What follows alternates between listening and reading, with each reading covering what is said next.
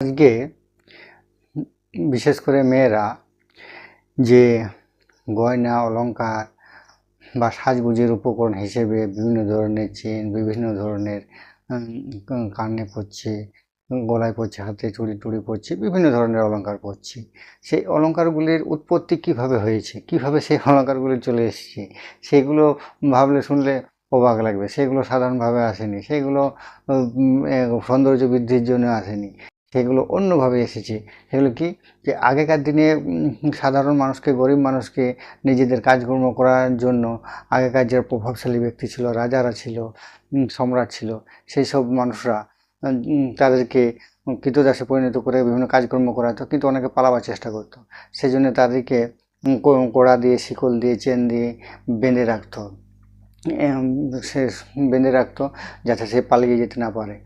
যেমন এখনকার দিনে আমরা গরু ছাগল বেঁধে রাখি, হাতি বেঁধে রাখি শিকল দিয়ে, সেরকম সেই মানুষগুলোকে বেঁধে রাখতো। আবার গলায় সোনার গলায় লোহার তাগা দিয়ে বেঁধে রাখতো, হাতে লোহার বালা দিয়ে রাখতো, পায়ে লোহার বালা করা দিয়ে রেখে দিত। সেই চেন দিয়েও অনেক সময় বেঁধে রাখতো না, সেগুলো একটা নির্দিষ্ট রাজা সম্রাটদের চিহ্ন হিসেবে, তাদের সেরকম ডিজাইনের হিসেবে থাকতো, যে এটা অমুক রাজার কৃতদাস, এটা অমুক সম্রাটের কৃতদাস, সেই হিসাবে রাখতো।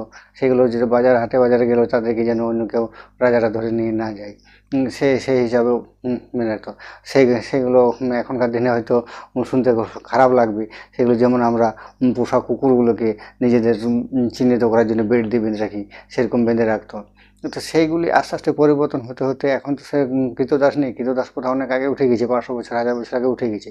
কিন্তু সেইগুলো পরিবর্তন হতে হতে মানুষের অভ্যাসে যেন পরিবর্তন হয়ে গেছিলো, সেগুলো ছাড়তে পারেনি। সেগুলো পরিবর্তন হতে হতে আজকের এই শুষ্ক কারুকার্যময় অলংকারে পরিণত হয়ে গেছে।